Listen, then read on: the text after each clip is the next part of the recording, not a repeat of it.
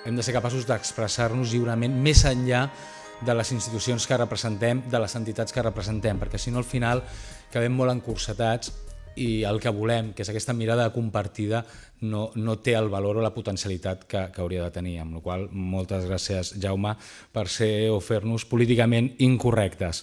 La pobresa priva de manera injusta els infants d'oportunitats que necessiten per ser infants i que condicionen el que seran després com a persones adultes.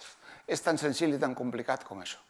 Ajudem, més enllà de que siguem personatges que creiem en la fraternitat, ajudem a ciutadans com nosaltres, els que injustament han privat d'oportunitats de vida. Néixer sabent que alguna persona està darrere teu és molt més important que néixer amb una alimentació sana i ordenada. És molt més important. Necessitem mirar-lo des de la seva perspectiva per descobrir les seves necessitats, no les nostres, no les que definim nosaltres. Ja que la teva família és pobra, com a mínim que algunes oportunitats a les quals tu tens dret com a ciutadà infant estiguin garantides per la petita misèria d'una ajuda que és teva, un paquet d'oportunitats garantides. Que ara me'l saltaré i no us agradaré. Però què vol dir un paquet de garantia? Doncs vol dir, mira, educació 0-3, flexible, diversa i companyia. Vol dir espais per construir la vinculació familiar. Vol dir ludoteca flexible.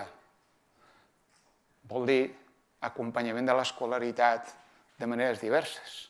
Vol dir, aquests dies, jornades obertes. Vol dir, no construeixi vostè escoles segregades en què el 80% dels xavals són pobres de solemnitat. Jo crec que una solució personal, individual, jo l'intento aplicar, la recomano als mestres, a molta gent, és recuperar la mirada artesanal. Jo soc fill d'un fuster artesà, estic enamorat del Richard Sennett, d'aquest seu treball de l'artesano, que ell reivindica que els professionals, del que sigui, siguem metges, mestres, educadors, socials, el que vulgui, hem de ser artesans. Que un artesà és una persona que, fins que no acaba la feina, no dorm tranquil. No ens podem conformar amb que ara ens ajuden una mica, ara ens deixen fer no sé què, no. O sigui, nosaltres, vull dir, els que avui estem reunits aquí, que de diferents maneres volem arreglar el món, nosaltres som al centre. Crec que l'actitud ha de ser més alegre i alhora més enfadada, cosa que sembla contradictori, però jo crec que també a vegades té a veure amb el relat que fem nosaltres de resignació, de dir, porto molts anys fent això, ja sé que això no és possible, o d'acceptació de la realitat.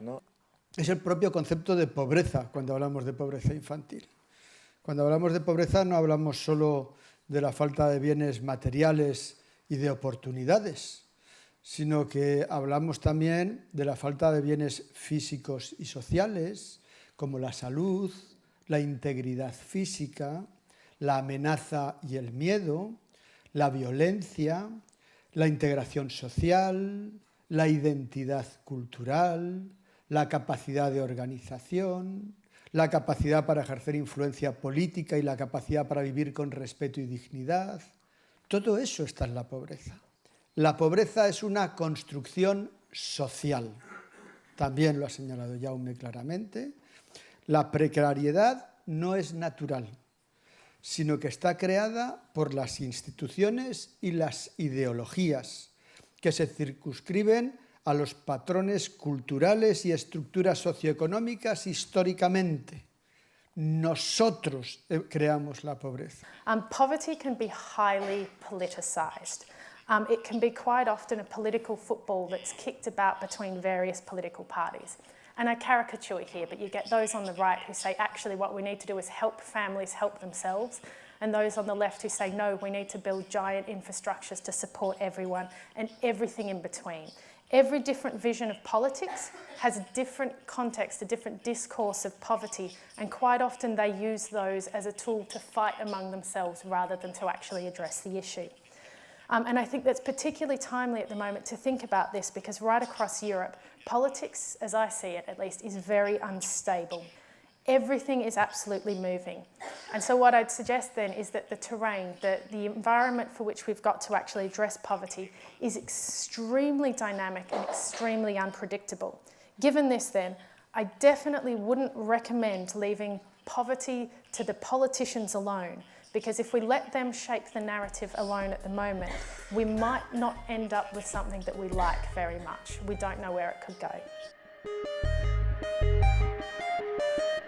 Obra social La Caixa, l'ànima de la Caixa.